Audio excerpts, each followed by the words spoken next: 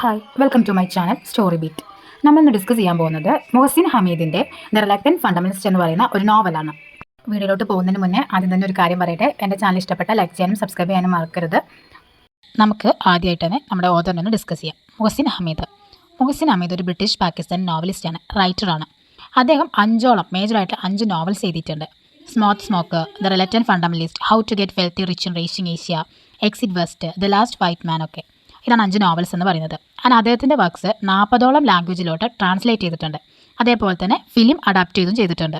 മുഹസിൻ ഹമീദ് കൂടുതലായിട്ട് എഴുതുന്നത്, അതായത് വർക്ക്സിലൊക്കെ എഴുതുന്നത് ഐഡൻറ്റിറ്റിനെ കുറിച്ചും immigrant, migration and east west കോൺഫ്ലിക്റ്റിനെ കുറിച്ചിട്ടൊക്കെ ആയിരിക്കും അദ്ദേഹത്തിൻ്റെ വർക്ക്സിൽ എഴുതാറ് കൂടുതലായിട്ടും. ആൻഡ് അദ്ദേഹം യൂസ് ചെയ്തിട്ടുള്ള ലാംഗ്വേജ് എന്ന് പറഞ്ഞാൽ സിമ്പിൾ ആൻഡ് മിനിമലിസ്റ്റിക് ലാംഗ്വേജ് ആണ്. അതിലൂടെ നമുക്ക് ഡീപ്പ് മീനിങ് മനസ്സിലാകും.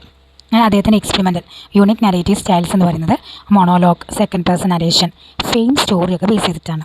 അതുകൊണ്ട് തന്നെ മുഹസിൻ ഹമീദ് എന്ന് പറയുന്നത് one of the most important ആയിട്ടുള്ള contemporary South Asian voice in English ലിറ്ററേച്ചറായിട്ട് അദ്ദേഹത്തിനെ കൺസിഡർ ചെയ്യുന്നുണ്ട്. നമുക്കിനി നോവലിൻ്റെ ബാക്ക്ഗ്രൗണ്ടിലോട്ട് പോകാം.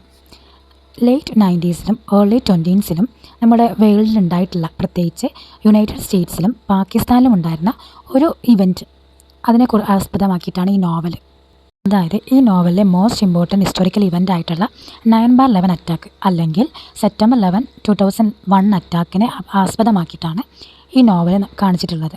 അതായത് നമുക്ക് അറിയുമെന്ന് വിശ്വസിക്കുന്നു, 9/11 അറ്റാക്ക് ഒരു കൂട്ടം ടെററിസ്റ്റുകൾ യുണൈറ്റഡ് സ്റ്റേറ്റ്സിലെ വേൾഡ് ട്രേഡ് സെൻറ്ററിനെ തകർക്കുന്നതിനെ കുറിച്ച്, അതിനുശേഷം അമേരിക്കയിലുണ്ടാകുന്ന ആ ഓരോ ഇൻസിഡൻസ് ആണ് നമ്മുടെ ഈ നോവലിൽ. നമ്മൾ ഈ നോവലിനെ കുറിച്ച് നോക്കുകയാണെങ്കിൽ, ഈ നോവൽ പബ്ലിഷ് ചെയ്തിട്ടുള്ളത് 2007 ഇതൊരു മെറ്റാഫിക്ഷണൽ നോവലാണ്, told as A fame story. And ഈ നോവൽ സെറ്റ് ചെയ്തിട്ടുള്ള ഒരു ഈവനിങ്ങിൽ, ലാഹോർ കഫ എന്ന് പറഞ്ഞ ഒരു കഫേയിലെ ഈവനിങ്ങിൽ, ചങ്കസ് നമ്മുടെ പ്രൊട്ടഗോണിസ്റ്റ് ചങ്കസാണ്. ചങ്കസ് ഒരു പാകിസ്ഥാനി മാനാണ്. അദ്ദേഹം തൻ്റെ സ്റ്റോറി ഒരു അമേരിക്കൻ സ്ട്രേഞ്ചറിനോട് പറയുന്നതാണ് ഈ നോവലിൻ്റെ സ്റ്റാർട്ടിംഗ് എന്ന് പറയുന്നത്. അതുപോലെ തന്നെ നമ്മുടെ ചങ്കസിന് ഒരു ലവ് അഫെയർ ഉണ്ടായിരുന്ന ഒരു അമേരിക്കൻ വുമൺ ആയിട്ട് നമുക്കത് സ്റ്റോറി പറയുമ്പോൾ നമുക്ക് ഡിസ്കസ് ചെയ്യാം. ആൻഡ് ഈ നോവലിൽ റേഷ്യൽ ഡിസ്ക്രിമിനേഷൻ കാണുന്നുണ്ട്. ആൻഡ് 9/11 ശേഷവും പിന്നെയുള്ള കാര്യങ്ങൾ ഇതിൽ പറയുന്നുണ്ട്. ആൻഡ് ഈ ഒരു നോവൽ ഫിലിം അഡോപ്റ്റ് ചെയ്തിട്ടുണ്ട്. മീര നായർ 2012 ഈ ഒരു നോവലിനെ ഫിലിമായിട്ട് അഡാപ്റ്റ് ചെയ്തിട്ടുണ്ട്. നമുക്കിനി നോവലിലെ ക്യാരക്ടേഴ്സിനെ ഡിസ്കസ് ചെയ്യാം. ചങ്കസ് മെയിൻ ക്യാരക്ടർ നരേറ്ററാണ്, ഒരു പാകിസ്ഥാനി മാനാണ്.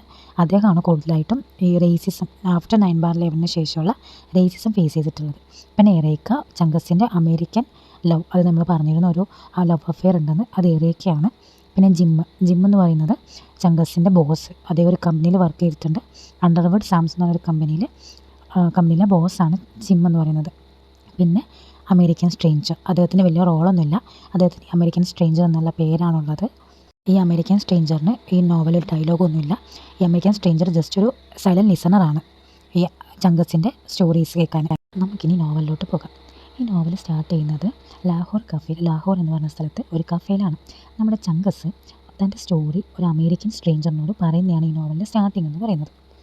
അതായത് ആദ്യം തന്നെ നമ്മുടെ ചങ്കസ് അമേരിക്കൻ സ്ട്രേഞ്ചറിനോട് പറയുന്നത് താൻ പഠിച്ച സമയത്ത്, അതായത് പ്രിൻസ്റ്റൺ യൂണിവേഴ്സിറ്റിയിൽ പഠിച്ചിരുന്ന സമയത്ത് നടന്ന പ്രശ്നങ്ങളും, പിന്നീട് തനിക്ക് ഈ അമേരിക്കയിൽ ജീവിക്കാനും അമേരിക്കയിലെ ഫുഡ് കൾച്ചർ അതിനോടൊക്കെ വളരെ ഇഷ്ടമാണെന്നും, പിന്നീട് തനിക്ക് ഒരു പ്രിൻസ്റ്റൺ യൂണിവേഴ്സിറ്റി പഠിച്ച സമയത്ത് ഒരു സ്കോളർഷിപ്പ് ലഭിച്ചെന്നും, അതിനെ ബേസ് ചെയ്തിട്ട് തനിക്ക് അമേരിക്കയിൽ ഒരു അണ്ടർവുഡ് സാംസ് എന്ന് പറഞ്ഞ കമ്പനിയിൽ ജോബിന് വിളിച്ചതായിട്ടും ആദ്യമായിട്ട് അദ്ദേഹം പറയുന്നുണ്ട്. അങ്ങനെ തൻ്റെ ഡ്രീമായിട്ടുള്ള അമേരിക്കയിൽ നമ്മുടെ ചങ്കസ് എത്തിപ്പറ്റിയാണ്. അവിടെ നമ്മുടെ അണ്ടർവുഡ് സാംസ് എന്ന് പറഞ്ഞ കമ്പനിയിൽ ജോബ് ഇൻ്റർവ്യൂവിന് പോകുമ്പോഴാണ് അവിടുത്തെ ബോസായിട്ടുള്ള എക്സിക്യൂട്ടീവായിട്ടുള്ള നമ്മുടെ ജിമ്മിനെ കാണുന്നത്. ജിമ്മിനെ ആദ്യം നമ്മുടെ ചങ്കസിനെ അത്ര ഇഷ്ടപ്പെട്ടില്ല, ബിക്കോസ് ചങ്കസിൻ്റെ കളറും പിന്നെ വസ്ത്രധാരണയൊന്നും നമ്മുടെ ജിമ്മിന് ഇഷ്ടപ്പെട്ടില്ല. പിന്നെ പോകെ നമ്മുടെ ചങ്കസിൻ്റെ പേഴ്സ്പെക്റ്റീവ്സ് കണ്ട് നമ്മുടെ ജിമ്മിന് അയാളെ വളരെ ഇഷ്ടപ്പെടുന്നുണ്ട്. അങ്ങനെ അവിടെ ഒരു ജോബ് കൊടുക്കുന്നുണ്ട്. പിന്നീട് നമ്മുടെ ചങ്കസ് അമേരിക്കൻ സ്ട്രേഞ്ചറിനോട് പറയുന്നത് തനിക്കൊരു ലവ് അഫെയർ ഉണ്ടായിട്ടുണ്ട്, ഒരു എറേക്ക എന്ന് പറഞ്ഞൊരു വുമണുമായിട്ട്. ഈ എറേക്കയ്ക്ക് തൻ്റെ കാമുകനായിട്ടുള്ള ക്രിസ് എന്നൊരു ക്യാരക്ടറുണ്ട് കേട്ടോ ഈ നോവലിൽ. അപ്പോൾ ക്രിസ് എന്ന് പറയുന്ന ആ ഒരു ക്യാരക്ടറിനോട്, അല്ലെങ്കിൽ ആ ഒരു ബോയ് ഫ്രണ്ടിനോട് വളരെ സ്നേഹമായിരുന്നു. പക്ഷേ അവൻ 1 വർഷം മുന്നേ മരിച്ചുപോയി. ആ ഒരു വിലാപത്തിലിരിക്കുകയായിരുന്നു നമ്മുടെ എറേക്ക. പിന്നീട് നമ്മുടെ ചങ്കസും എറേക്കയായിട്ടൊരു സെക്ഷൽ റിലേഷൻഷിപ്പൊക്കെ നടക്കുന്നുണ്ട്. പിന്നീട് നമ്മുടെ ജിമ്മുമായിട്ട് ചങ്കസ് നല്ലൊരു ഫ്രണ്ട്ഷിപ്പ് ക്രിയേറ്റ് ചെയ്യുന്നുണ്ട്. അങ്ങനെ ജിമ്മ് ഒരുപാട് അസൈൻമെൻറ്റ്സൊക്കെ നമ്മുടെ ചങ്കസിന് കൊടുക്കും.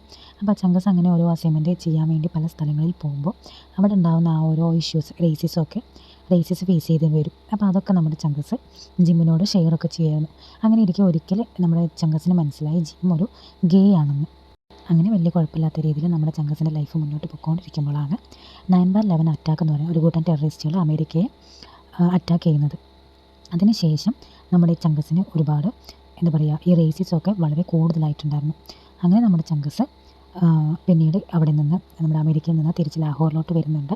അവിടെ നിന്നൊരു ലെക്ചറായിട്ട് ജോബ് ചെയ്യുന്നുണ്ട്. ഇതാണ് ഈ നോവലിൻ്റെ ഒരു സമ്മറി എന്ന് പറയുന്നത്. നോവലിലെ സെൻട്രൽ തീം എന്ന് പറയുന്നത് identity crisis, alienation and belonging, east vs west conflict, impact of 9/11 attack and major and central theme എന്ന് പറയുന്നത് റേസിസമാണ്. ഈ നോവലിൽ മേജറായിട്ട് വരാൻ ചാൻസ് ഒരു ക്വസ്റ്റ്യൻ എന്ന് പറയുന്നത് ഞാൻ പ്രീവിയസ് ഇയർ ക്വസ്റ്റ്യൻസിൽ നോക്കിയപ്പോൾ കണ്ടത് റേസിസം ആൻഡ് ഫണ്ടമെൻ്റലിസം ബേസ് ചെയ്തിട്ട് ദ റിലക്റ്റന്റ് ഫണ്ടമെൻ്റലിസ്റ്റ് എന്ന് പറഞ്ഞ ഈ നോവൽ ചോദിക്കും. Racism and fundamentalism. ഓക്കെ, അപ്പോൾ വീഡിയോ ഇഷ്ടപ്പെട്ടാൽ ലൈക്ക് ചെയ്യാൻ സബ്സ്ക്രൈബ് മറക്കരുത്. Thank you for watching.